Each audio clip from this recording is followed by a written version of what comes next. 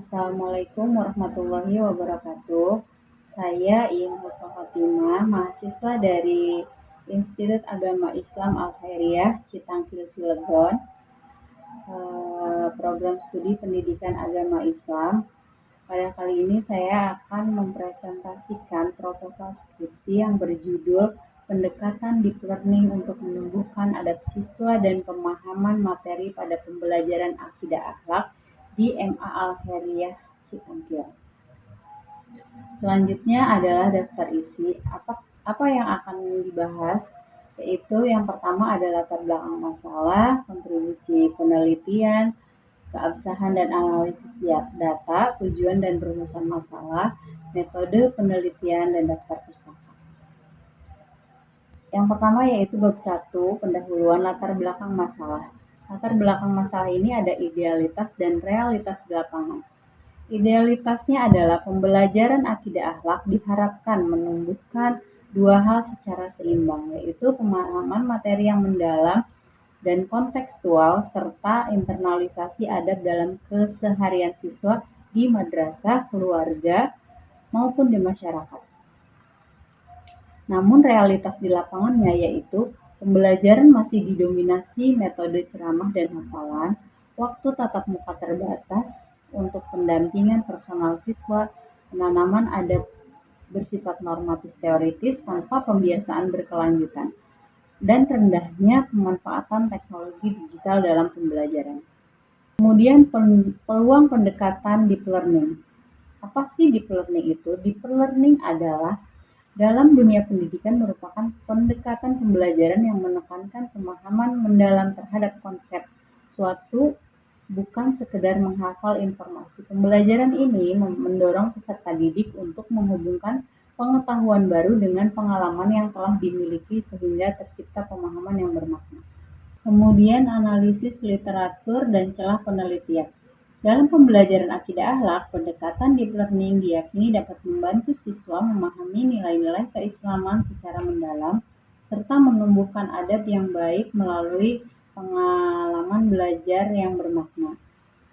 Kajian pendidikan agama Islam masih berfokus pada pendekatan konvensional dalam menumbuhkan adab, yaitu keteladanan, pembiasaan, kisah, dan nasihat atau mau'izah, tanpa banyak menyentuh pemanfaatan teknologi kecerdasan buatan. Selanjutnya yaitu urgensi penelitian. Yang pertama ada aspek zaman. Peserta didik adalah generasi digital natif, yaitu metode konvensional beresiko kehilangan daya tarik. Lalu ada aspek kebijakan. Kebijakan pendidikan nasional dan keagamaan mendorong digitalisasi pembelajaran madrasah.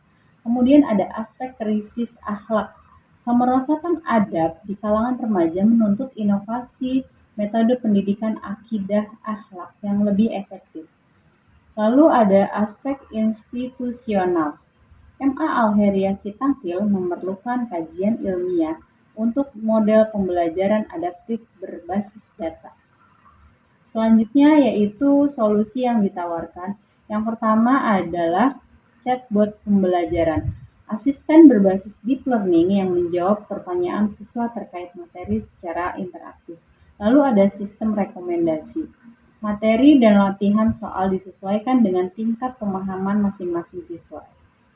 Yang terakhir yaitu media adaptif, memberikan umpan balik personal terhadap capaian belajar dan perkembangan adab siswa. Selanjutnya ada kebaruan atau novelty penelitian. Ada 3, yaitu integrasi 2 dimensi sekaligus. Mengkaji integrasi deep learning untuk dimensi afektif atau adab dan kognitif, pemahaman materi secara stimulan pada satu mata pelajaran yang sama. Lokus penelitian baru. Mengambil lokus di MA Al-Khairiyah Citangkil, madrasah yang belum pernah dijadikan objek penelitian dengan tema sejenis. Yang ketiga, perspektif pendidikan Islam. Menempatkan deep learning bukan sebagai topik teknik semata, melainkan dikaji dari pengalaman pembelajaran pelaku pendidikan. Apa sih tujuan penelitiannya? Yang pertama yaitu mendeskripsikan dan menganalisis penerapan pendekatan deep learning dalam pembelajaran akidah akhlak di MA Al-Khairiyah Citangkil. Yang kedua yaitu mendeskripsikan dan menganalisis kontribusi deep learning terhadap penumbuhan adab siswa. Yang ketiga, mendeskripsikan dan menganalisis kontribusi deep learning terhadap peningkatan pemahaman materi siswa. Yang terakhir yaitu mengidentifikasi faktor penduduk dan penghambat dalam penerapan pendekatan deep learning. Kemudian rumusan masalah. Yang pertama, bagaimana penerapan pendekatan deep learning dalam pembelajaran akidah akhlak di MA Al-Khairiyah Citangkir.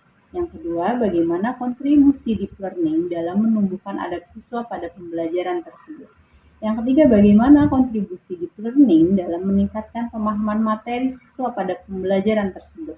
Yang terakhir, apa saja faktor pendukung dan penghambat dalam penerapan pendekatan deep learning. Kontribusi deep learning. Kontribusi teoritis yaitu memperkaya khazanah literatur mengenai keterkaitan metode deep learning dengan capaian belajar efektif atau ADAP dan kognitif yaitu pemahaman materi dalam pendidikan agama Islam. Kontribusi praktisnya yang pertama ada guru akidah akhlak, lalu ada pihak madrasah, siswa, peneliti selanjutnya, dan pemangku kebijakan. Jenis penelitian dan subjek data. 1. Jenis dan pendekatan. Penelitian lapangan dengan pendekatan kualitatif deskriptif bertujuan memahami secara mendalam dan kontekstual bagaimana deep learning diterapkan dan dimaknai oleh guru dan siswa. Desain studi kasus tunggal atau single case study berlokus di MA Al-Khairiyah Citangkir. Subjek data atau purposive sampling. Yang pertama ada kepala madrasah sebagai informan kebijakan dan dukungan madrasah terhadap teknologi pembelajaran. Yang kedua yaitu guru akidah akhlak sebagai informan kunci yang menerapkan pendekatan deep learning. Yang terakhir yaitu siswa sebagai informan pendukung untuk menggali pengalaman belajar dan perkembangan adab. Teknik pengumpulan data dan instrumen. Yang pertama ada observasi, wawancara, dan dokumentasi. Teknik keabsahan datanya menggunakan teknik triangulasi sumber dan triangulasi teknik. Teknik analisis data yang pertama yaitu reduksi data dengan cara merangkum, memilih, dan menyederhanakan data mentah dari observasi, wawancara, dan dokumentasi. Kemudian penyajian datanya menyajikan data dalam bentuk narasi deskriptif, matriks, tabel, atau bagan yang sistematis. Terakhir yaitu penarikan kesimpulan. Menarik dan memverifikasi kesimpulan secara terus-menerus melalui peninjauan dan triangulasi data.